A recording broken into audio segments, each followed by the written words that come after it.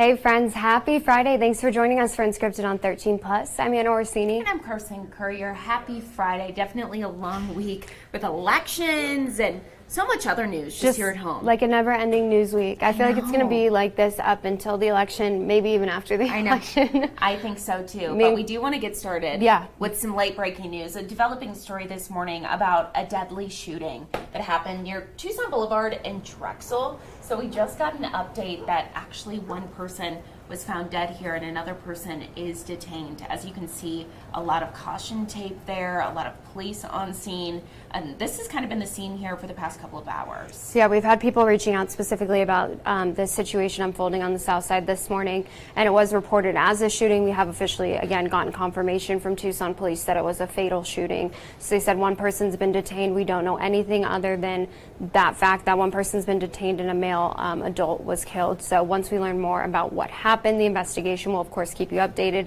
TPD said that they will be releasing more information on this later today. As soon as we get that in, we'll be sure to bring it to you both on air and online. And happening today, we know the Secret Service will hold a news conference to update any progress into the investigation into the attempted assassination of former President Trump. Today's news conference follows an appearance by Acting Director Ronald Rose in front of congressional committees. Now, the Secret Service and other agencies still looking into how the shooter could get so close to Trump on July 13th.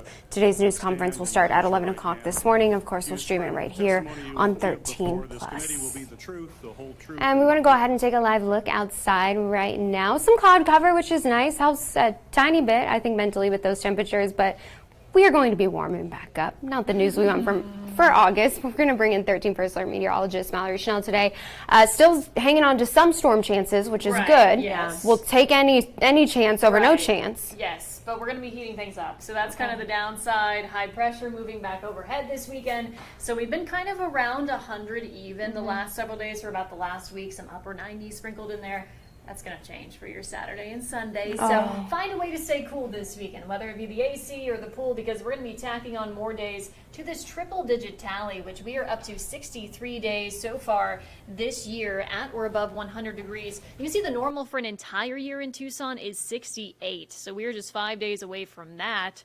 Now, 32 of those 63 days, 105 or hotter, that's above normal already, and 6 of those days, 110 or hotter. And yes, of course, that is above normal, but not quite as many, thankfully, as last year, which was record-breaking. But some good news this morning, our year-to-date rainfall. Take a look at how impressive this year is. The third wettest year-to-date rainfall at this point in the year for Tucson, 9.77 inches in the bucket. The normal is slightly above 5 inches, so we have almost doubled that at this point in 2024. But this weekend, as I mentioned, that high pressure that's been off to our east, it's going to start to nudge our direction. And as that builds overhead, that brings in some slightly drier air, drops dew point slightly. That allows those temperatures to heat up and makes our storm chances a bit more isolated in nature, still more scattered for higher terrain areas down to the south and southeast of Tucson. So a storm is possible. So if you're out at the pool this weekend, just make sure if you hear thunder, it's time to head indoors. Better widespread rainfall looks like Monday, Tuesday, potentially Wednesday of next week, kind of in that time frame.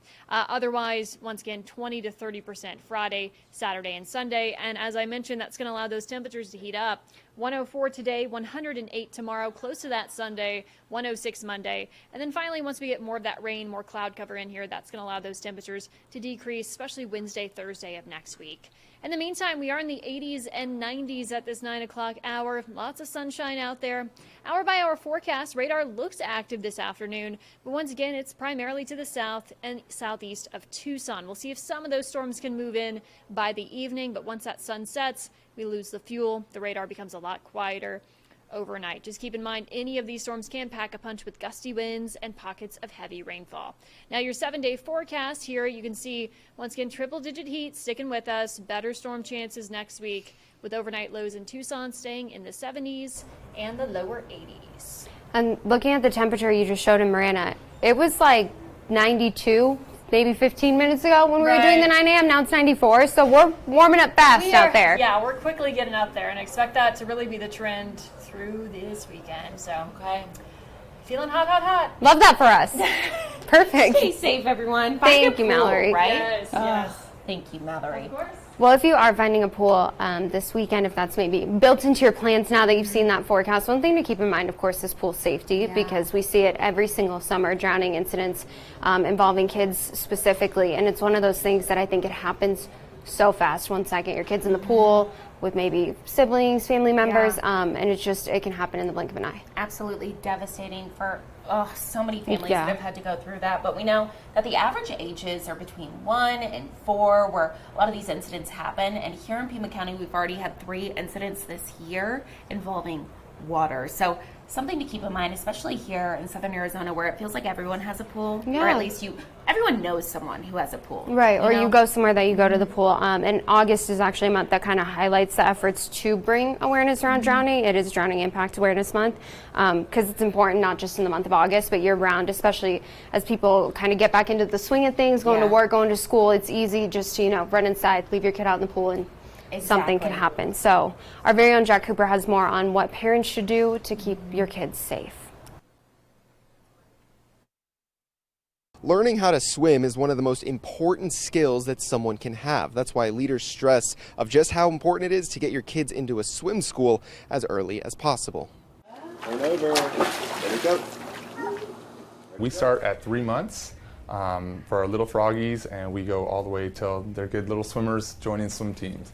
With drowning being the leading cause of death among kids 1 to 4 years old, parents always need to pay attention when kids are in or around a pool. This can be a lifeguard or even a designated parent watcher. Accidents usually happen at family or large gatherings where parents get distracted. Totally happens.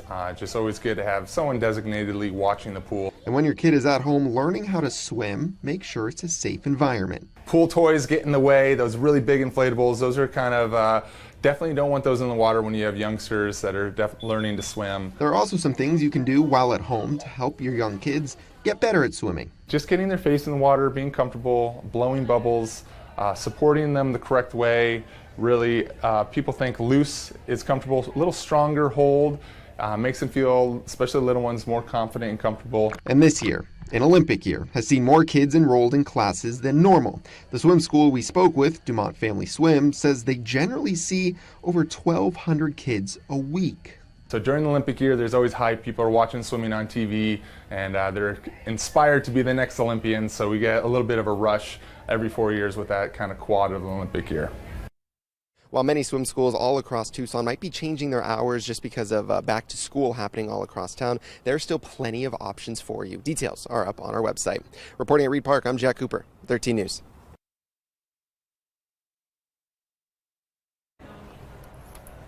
And speaking of water, if you don't know what you're going to do this weekend, take a look at this. Happening tomorrow, the Fort Lowell Splash Pad will be having its grand opening after a lot of renovations there. You can see on Tucson's Parks and Rec's Twitter page here just some of the renovations that they've kind of installed. It looks so good, so new. So this splash pad isn't the only thing that's being celebrated. The Fort Lowell Pool also reopening. So if you're wanting to cool off tomorrow, the ribbon cutting is at 10 a.m. This is located at 2900 North Craycraft Road. That looks like so much fun. Doesn't it look like fun? You know how they have adult swim at pools? Yeah. I need like adult splash pad hours where you could just be running through the splash pad. I don't even know if this is allowed. I don't think it's allowed, but I want to take Zona to a splash pad so bad. I feel like she would love it. If you're allowed to bring dogs? I don't know. I don't know either. I think she would love it. She'd probably be like trying to eat the water. I know. What a good girl. Well, we have a business idea. We can do like an adult splash pad that's dog friendly with a bar. Oh my gosh, that sounds so fun. Oh, what are we even doing here? We have a new business venture. We need to open that. We'll look into it. We'll get some funding first. Well, taking a look at this, of course, a lot of talk about the Olympics. So we wanted to go ahead and check in on the medal count. So United States is doing super well. Yeah, you can see. I love how we can zoom in here. Okay, so 41 medals so far, 9 gold, 17 silver, 15 bronze. Now, there has been some controversy all over social media, kind of talking about why. So we look at it as a cumulative, like medal count. But yeah, like China's saying, hey, no, we got 13 gold medals. Okay, so, okay.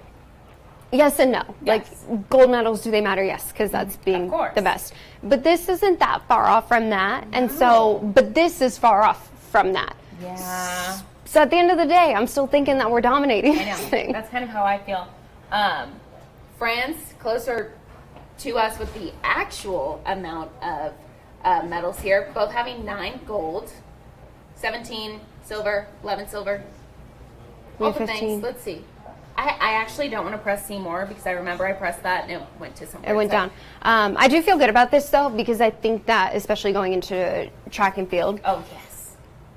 that will go up. Yeah. 100%. Yes. With Sha'Carri, absolutely. 100%. It's gonna go up. Who is the woman that ran this morning and she just beat everyone? Sha'Carri. Oh, is that her? Who's the guy runner who's supposed to be the fastest man in the Noah world? Lyles. Okay. Yeah. It's It like, feels like we're going to dominate. I think so. I think we have a really good future ahead of us for the Olympics when it comes to track. And it's just so incredible watching Sha'Carri run, because you look at her and you're like, oh my gosh, she is just steps in front of everybody else. And it looks like she's putting in no effort at all. Yeah. Just so incredible. It's so cool. yeah. I love watching gymnastics, obviously, and then track and field. Swimming. I actually just love the Summer Olympics. Yeah, I do too. It's a lot of fun. Swimming's fun to watch. You watch it though and you're just like, how? How do you run that fast? I know. I couldn't be me. Nope. Couldn't be me either. That's why we watch from the comfort of our own Exactly. homes on our couch. Amen. So I don't know if you've seen this story. I was just browsing through our website, KOLD.com. We talk about this all the time. You can go to news, you can go to national, and then we have kind of all the trending stories on our website. So if you're ever bored. It's a really good way, honestly, to like decompress, like just scrolling through and seeing what's happening in the world, what crazy things are going Exactly. on, cute dog videos, all the things. Love it. So this did not make me so happy, but I thought it was something we could talk about. So an Olympic commentator actually who was dropped from the broadcast from an inappropriate comment. So obviously you see this headline, like clickbait. I want to see what's happening What's here. the comment? So it was Eurosport. So it's over in Europe. It was after the Australian women. They actually won the 4x100 meter freestyle relay. Can I talk? Freestyle relay? Freestyle relay on Saturday, and he said, oh, I hate it. Well, the woman just finishing up, you know what women are like, hanging around doing their makeup after they just won an Olympic gold medal. I don't love that. I have so many things I could say. I know. It's like, what's this man's name? Bob. Bob, you get in the water, Bob. Bob Ballard. And he's done this for years. That is just like such a stereotypical thing to say about women. Like, oh, they're always running late, doing their makeup. First of all, nobody's putting makeup on to go into a pool. No. No one with their right mind is No, going to do that. why are you doing?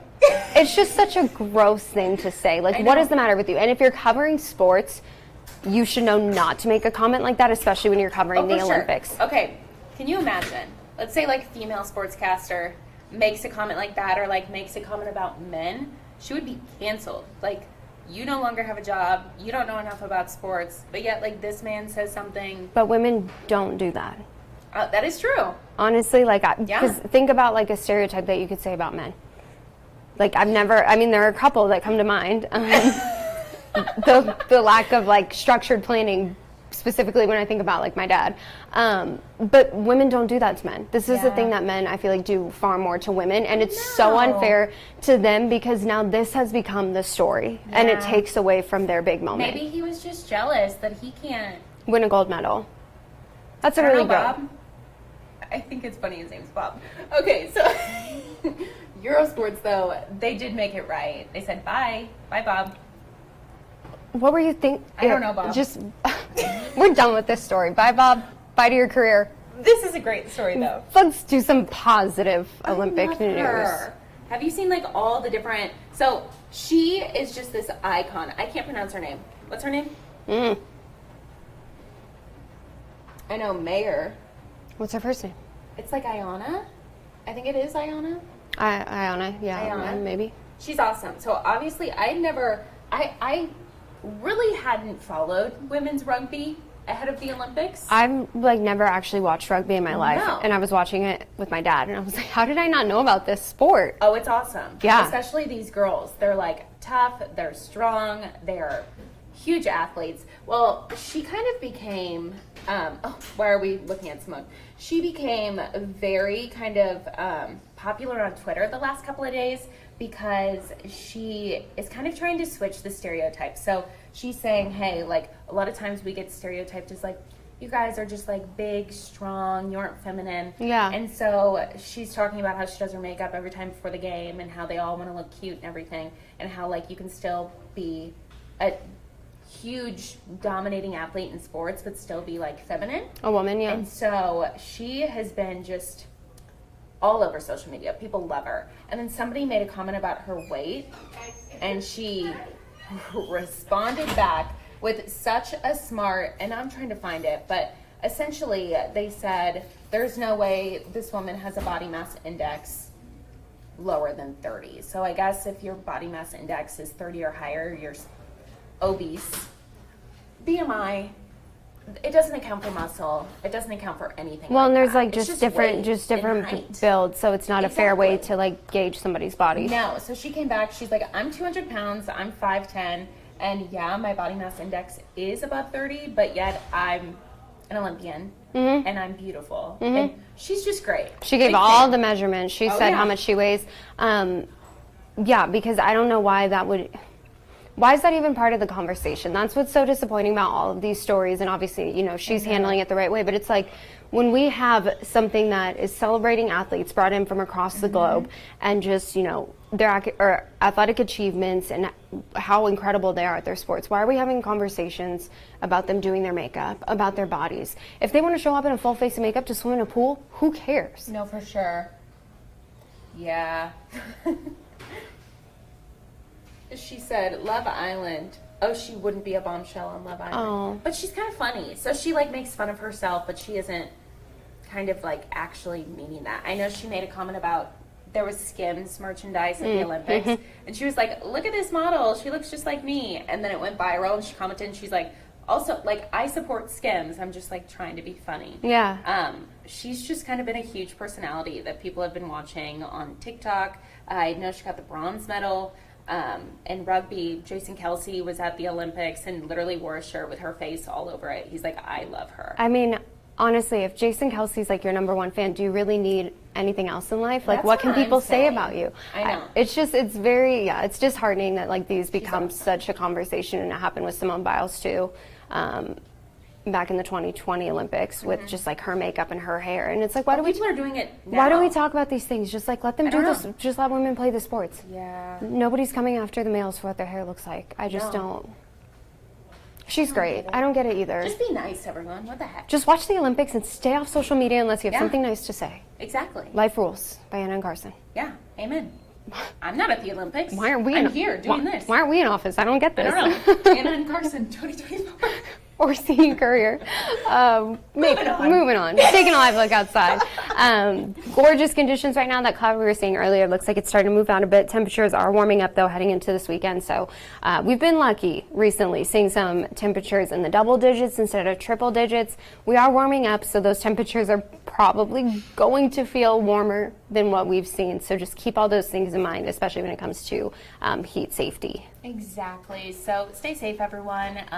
Definitely find a pool or a way to stay cool this weekend. Be safe in those conditions. As we were mentioning, Drowning Awareness Month, so a great time to just make sure you are being as safe as possible with your kids, with yourself, and have a great weekend. We'll be right back here on Monday at 9:30 for Unscripted on 13+.